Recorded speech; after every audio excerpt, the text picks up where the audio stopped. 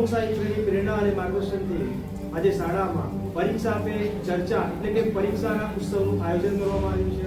તેમાં દરેક વિષય શિક્ષક, નિષ્ણાત શિક્ષક પ્રમુખ સાહેબની પ્રેરણાથી દરેક વિદ્યાર્થીઓના જે મૂંઝવણભર્યા પ્રશ્નો હોય છે, જે સમસ્યાઓ હોય છે, એનું નિરાકરણ લાવવાનો ચોક્કસપણે પ્રયત્ન કરશે.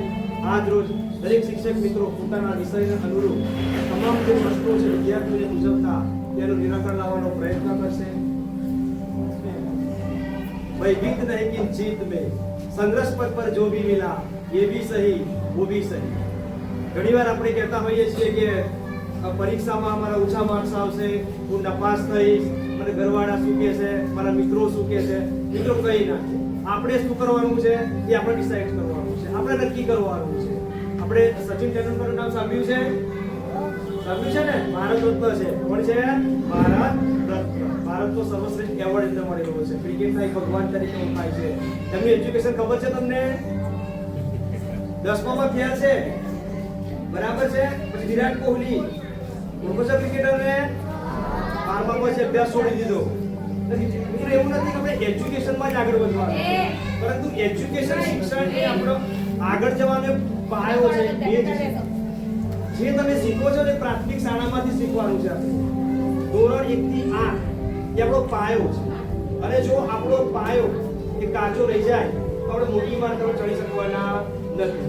આપણે શાળાની પણ લઈ શકાય. કેમ? કે આનો પાયો કેવો છે? મજબૂત છે. તો આપણા જીવનમાં પણ પ્રાથમિક શાળાનું શિક્ષણ એક ટૂંકી વાત કરી દઉં કે આઈપીએસ સાહેબ સફીર હસન નામ સાંભળ્યું છે તમે? Youngest IPS officer in India. માત્ર 23 વર્ષની ઉંમરમાં તેઓ ઇન્ડિયન પોલીસ સર્વિસમાં જોડાયા. એમના જીવનની એક સ્થિતિ એવી હતી કે પપ્પા ઇલેક્ટ્રિશિયનનું નાનું કામ કરતા હતા, મમ્મી બીજાના ઘરે બળતણ વાંચવાનું અને જમવાનું બનાવવાનું કામ કરતા હતા. એમની શાળામાં જ્યારે એક કલેક્ટર શ્રી આવ્યા તો લાલબત્તીમાં સાહેબ આવ્યા, જોડે બંદૂકવાળા એક ઓફિસર હતા અને એમની શાળાના જે પ્રિન્સિપાલ હતા, બાજુના જે સરપંચ સાહેબ હતા, બધા જે આગેવાનો હતા ને બધા દબકોબ રહી ગયા. એટલે આ 5 વર્ષ 5મા ધોરણમાં ભણતું બાળકને થયું સફીર હસન સાહેબ જ્યારે 5મા ભણતા હતા ત્યારે કે એવા તો મોટા કોના સાહેબ આયા છે કે અમારા પ્રિન્સિપાલ સાહેબ, ગામના સરપંચ, અમારા મેળવવા ટીચર બધા દબકાઈને ઉભા રહી ગયા. પછી એમના ઘરે તો એજ્યુકેશન વાળું હતું નતું. એટલે એમને પૂછ્યું એમની માસીને કે માસી અમારી આ શાળામાં એક લાલબત્તી ગાડી હતી ઉપર અને છૂછું કરીને ગાડી આવી અને બધા જ અમારા સાહેબો હતા, મેળવવો હતા, ગામના આગેવાનો હતા, એકદમ અદબ સાવધાનમાં આવી ગયા અને સાહેબને બધા ઝૂકી ઝૂકીને પ્રણામ કરવા લાગ્યા, નમસ્તે કહેવા લાગ્યા. તો માસી એજ્યુકેટર હતા. માસીએ કીધું બેટા એ આઈએએસ ઓફિસર કહેવાય. કે તો નિર્ણય કરે કે માસી મારે આવું જ બનવું છે, મારે શું બનવું છે? આવું જ બનવું છે. મને પણ લોકો સલાહ મારે, લોકો મારી પણ વાહ કરે અને મોટા થઈને એમનું સપનું પૂરું કર્યું અને અત્યારે આપણા ગુજરાતમાં જ આઈપીએસ ઓફિસર છે. બરાબર છે. સારી કામગીરી બજાવે છે. અત્યારે ટ્રાફિકમાં છે ડીસીપી અમદાવાદમાં. બરાબર. એવા તો ઘણા જ ઉદાહરણો છે. આપણે ભરૂચના જે કલેક્ટર સાહેબ હતા તુષાર સુમરા, એ ધોરણ 10માં સાહેબ એમના ખૂબ જ ઓછા માર્ક્સ હતા. એમની માર્કશીટ પણ એમને ઇન્ટરનેટ પર વાયરલ કરી હતી. ગણિત અને વિજ્ઞાનમાં એક જ ઓછા માર્ક્સ. બરાબર છે. એવું ના હોય કે આપણે ગણિત વિજ્ઞાન ઇંગ્લિશ આવડતું હોય તો આપણે આઈએએસ આઈપીએસ કે જીપીએસસી ક્લિયર કરી શકીએ. બરાબર છે. ઘણા બધા એન્જિનિયરો હોય, ડોક્ટરો હોય, યુપીએસસી ક્લિયર કરવા માટે બાળકો ગુજરાતી સાહિત્ય રાખે છે. શું રાખે છે? ગુજરાતી સાહિત્ય રાખે છે, ગુજરાતી લિટરેચર રાખે છે. કે નિબંધ લખવાના હોય તો ગુજરાતીમાં મજા આવે. કેમ? કે આપણી માતૃભાષા છે. ગુજરાતી શું છે? આપણી માતૃભાષા છે. બરાબર છે. તો મિત્રો આપણે પણ જીવનમાં ખૂબ આગળ વધીએ. ખૂબ જ આપણો મોટી છે. મકર ઠાકોર સાહેબની મને એક પંક્તિ યાદ આવે છે કે નિશાન ચૂકમાં નથી માફ નીચું નિશાન. હવે અહીંયા સાહેબ શું કહે છે મકર ઠાકોર સાહેબ કે તમારો ધ્યેય હંમેશા ઊંચો રાખ્યો, મોટો રાખ્યો. બોર્ડની પરીક્ષામાં કે ધોરણ 8માં હું માનું કે મારે 95% આવે અને બાય ચાન્સ કદાચ પેપર આગા પાછી થયું, મને ના આવડતું પૂછાય કે તમારી ઉપર તબિયત ડાઉન હોય કે બીજા કોઈ કારણ હોય અને મારા લગભગ 95 ની જગ્યાએ 90 આવ્યા, 91 આવ્યા, 89 આવ્યા તો માફ છે કે તમે તમારા ધ્યેયની નજીક છો. તમારો જે ગોલ ક્લિયર કર્યો હતો તેની તમે નજીક છો. પરંતુ હું 60 જ માની લઉં કે મારે 60 જ લાવવાના છે. કેટલા લાવવાના છે? 60 અને આવે 35. તો આ કોઈ કારણે યોગ્ય નથી. બરાબર છે. કોઈ કારણે યોગ્ય નથી. તો તમારો ધ્યેય હંમેશા એ રાખવાનો છે, ઊંચો રાખવાનો છે, મહેનત ખૂબ જ કરવાની છે. આ પરીક્ષા તમારી પર્વની જેમ ઉજવવાની છે અને સારામાં સારું તમારું રિઝલ્ટ આવે અને આ પરીક્ષામાં કદાચ ઓછા માર્ક્સ આવે તો એમાંથી આપણે ખોટું લાગવાનું હતાશ થવાની કોઈ જરૂર નથી. નેક્સ્ટ પરીક્ષામાં આવતી એક્ઝામમાં આપણે ખૂબ જ મહેનત દ્વારા બરાબર છે પુનરાગમન કરવાનું છે અને સારામાં સારો સ્કોર સારામાં સારા ગુણ લાવવાનો પ્રયત્ન કરવાનો છે. Thank you very much. આપણી તુરંત પરીક્ષા ચાલુ થઈ. હવે પરીક્ષા બધાને ડર હોય કે પરીક્ષા આવી એટલે હવે શું લખે. આગળ દેખો. ભણ્યા તૈયારી કરી પણ કઈ રીતે લખવું તો આપણે જોવા જઈએ તો જિંદગીની અંદર આ પરીક્ષાઓ 10મા 12માની કોલેજની બધી પરીક્ષાઓ પૂરી થાય ત્યાર પછી પણ ડગલે ને પગલે જીવનમાં પણ પરીક્ષા આવતી હોય. એ પણ એક પરીક્ષા જ છે. તમે કઈ રીતે તૈયારી કરો છો, તમારું પરફોર્મન્સ કેવું છે એ રજૂ કરવાનું આ એક ઉત્સવ છે. એટલા માટે તો આપણા પ્રમુખ સાહેબ શ્રીની પ્રેરણાથી આપણે પરીક્ષા એક ઉત્સવ આપણે મનાવવો છે. ડરવાની કોઈ જરૂર નથી. ડર તમારે મગજમાંથી બિલકુલ કાઢી જ નાખવાનો છે. બિલકુલ ડર રાખવાનો નથી. ઉત્સવ હમણાં જ ઉત્તરાયણનો ઉત્સવ ગયો, કેવી મજાથી પતંગો ચગાવી બધાય. એમ આપણે પણ પરીક્ષા એક ઉત્સવ છે. શું છે? ઉત્સવ છે. મનાવવાનો છે આપણે બધા. કોણ બધા રેડી? ગભરાવાનું બિલકુલ નથી. તમારી પાસે નિષ્ણાત વિષય શિક્ષકો છે.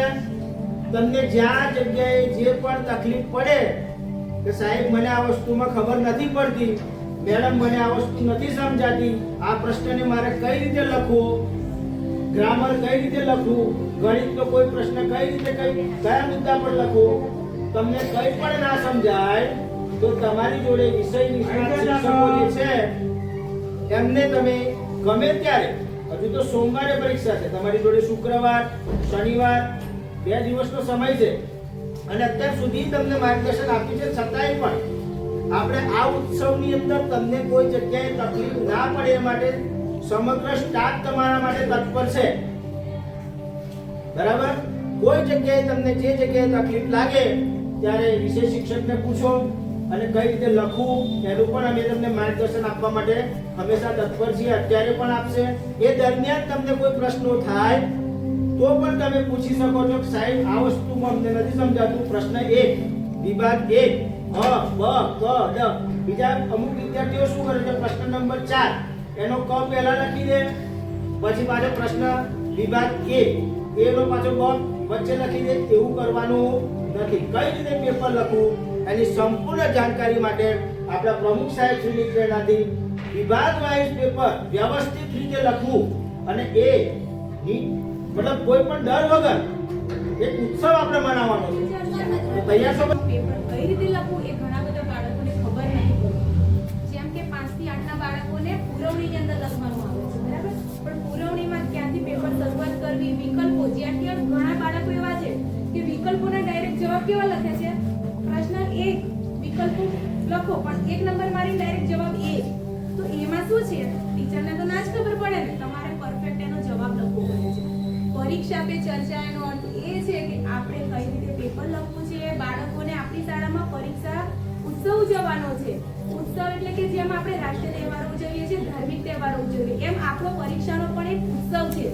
આપણો ઉત્સવ એ રીતે આપણે ઉજવવાનો છે કે સૌથી વધારે તમારું રિઝલ્ટ આવે અને સારું રિઝલ્ટ હોય તો જાણીને કોણ ખુશ થાય છે?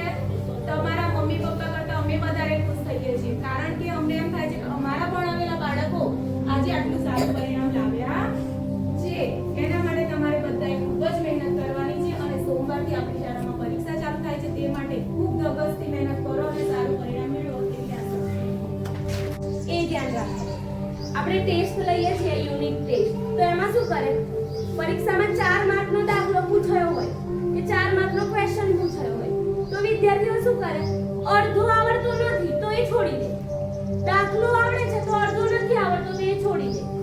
પણ તમને એ ખબર છે કે અડધો દાખલો લખો કે અડધો ક્વેશ્ચન લખો એના સ્ટેપના પણ તમને માર્ક્સ મળતા હોય. 6થા ધોરણમાં ઘણા એવું કરે કે દાખલાનો જવાબ આવતો નથી તો એ લોકો આખો દાખલા પૂછી નાખે. પણ એ લોકોને એ નહીં ખબર કે એના પણ સ્ટેપના આપણને માર્ક્સ મળતા હોય. તમે એક સ્ટેપ લખ્યું કે એક બે મુદ્દા લખ્યા તો એના પણ તમને માર્ક્સ મળે છે. તો આ ભૂલ નહીં કરવાની. અને ઘણા શું કરે, ભૂલ પડી હોય એટલે મોટા મોટા ચેકા માર દે. પણ પેપર સરસ લખેલું જોવું હોય તો ખાલી એક જ લીટી મારવાની, કે તમારે ભૂલ પડે પેનથી લખો તો ખાલી એક જ લીટી મારવાની, એટલે પેપર પણ તમારું વ્યવસ્થિત દેખાય. મુદ્દા લખો તો વ્યવસ્થિત પહેલા વિભાગ લખો, પછી એના પેટા વિભાગ પેટા પ્રશ્ન લખો. ભેગું ભેગું કંઈ પણ લખવાનું નહીં. વધારે જોવામાં આવે છે. જોડણીમાં ખાલી આપણે અનુસ્વારની પણ આપણે નાની અમથી ભૂલ કરીએ ને તો એ અર્થનો બીજો અર્થ બદલાઈ જાય છે. એક કાનો હોય, અશ્વય હોય, દીર્ઘય હોય, કોઈ પણ હોય, એનામાં આપણે શબ્દમાં આખો અર્થ જ બદલાઈ જતો હોય. એ અહકારમાં પણ થઈ જાય અને નકારમાં પણ એ ગુજરાતીનો અર્થ બદલાઈ જાય છે. એટલે આપણે ગુજરાતીમાં જ્યારે પણ લખીએ કે વાંચીએ એને ધ્યાનપૂર્વક વાંચવું અને ધ્યાનથી એને સમજવું કે એ શું કહેવા માંગે છે. એટલે જ્યારે પણ તમે ગુજરાતીમાં 6 થી 8 વાળાને પહેલા કહો એ લોકો બહુ નાના ટપકાને પણ અનુસ્વારને એ લોકો નથી ખબર કે આને અનુસ્વાર કહેવાય છે. બધા છોકરા એવું કહે કે આને ટપકું કહેવાય છે, પણ એ ટપકું ના કહેવાય, એને અનુસ્વાર કહેવાય ગુજરાતીની ભાષામાં. એટલે નાનું અમથું તમારું ટપકું પણ ગુજરાતીનો આખા શબ્દનો અર્થ બદલી કાઢે છે. એટલે તમારે ધ્યાન રાખવાનું કે જ્યારે બી લખો આગળ જઈને પણ અને અત્યારે પણ એટલું ધ્યાન રાખવાનું કે ગુજરાતીમાં એ કહેવા શું માંગે છે, શબ્દ શું કહી શકાય છે, એટલે એ જોવાનું. બીજું કે પેપર જ્યારે પણ તમે લખો છો ને તો સૂચના વાંચતા નથી કે જોડણી સમાન જોડણી છે કે સમાનાર્થી છે કે વિરુદ્ધાર્થી છે, એ તમે જોતા નથી. ડાયરેક્ટ સમાનાર્થીમાં વિરુદ્ધાર્થી થઈ જાય, વિરુદ્ધાર્થીનું સમાનાર્થીમાં જતું રહે છે. અમુક શબ્દ એક સરખા આવે છે, જેમ કે સ આવે છે, એમાં પણ અર્થ બદલાઈ જાય. સસલાનો સ, સકોરાનો સ અને ષષ્ઠકોણનો સ. અને તે કે સકોરાનો સ લખી કાઢો છો ત્યારે પણ એનો અર્થ બદલાઈ જાય છે. એટલે તમારે એ પણ સૂચના પહેલા વાંચવાની અને પછી એનો જવાબ લખવાનો. અને પેપર ગુજરાતીના પેપરમાં સૌથી વધારે અક્ષર સારા કાઢવાના અને જોડણીનું સૌથી વધારે ધ્યાન રાખવાનું તમારે. જ્યારે નીચે પડી જાય ત્યારે ભૂલવા કરશે અને બીજો શબ્દમાં કેવું હોય તો શું કહીશું? ભૂલ હોય યાની કે મુક્ત પકડ. શું કહીશું? મુક્ત પકડ. બરાબર. હવે આપણે માને કે કોઈ પથ્થરનો ઉપર નાખી દઈએ છીએ તો એ કઈ દિશામાં ગતિ કરે છે? ઉર્ધ્વ દિશામાં ગતિ કરે છે. શું કરે છે? ઉર્ધ્વ દિશામાં ગતિ કરે છે. અને આપણે જે પણ ગતિ ઉપરથી નીચે પડે છે એના કઈ ગતિ કહેવાય છે? અધો દિશામાં ગતિ કહેવાય છે. કેવી ગતિ? અધો દિશામાં. બરાબર. હવે આપણે માને કે ન્યૂટનના ગતિના નિયમો સમજીએ તો એમાં એવું કહે છે કે every action is the equal and opposite reaction. બરાબર. એટલે આનો મતલબ શું થાય છે કે જેટલું વાર આપણે આગળ લગાવીએ છીએ તેટલું વાર કેવું લાગે છે? પાછળ લાગે છે. બરાબર. પણ કે આપણે કોઈ નદી હોય તો નદીમાં આપણે કરીએ છીએ તો આમ હાથ કરીને આપણે આગળ જઈ શકીએ છીએ. તો આપણે જેટલું વાર પાછળ લગાવીએ છીએ તેટલું વાર કઈ લાગે છે? આગળ લાગે છે. બરાબર ને? તો એ શું થયું છે? જેટલું પણ તમે આગળ લગાવશો એટલું ક્યાં લાગશે? પાછળની સાઈડ. બરાબર. બીજું ઉદાહરણ લઈએ કે માનો કે બંદૂકની ગોળીને આપણે જેટલા ફોર્સથી આગળ જવા દઈએ છીએ એટલું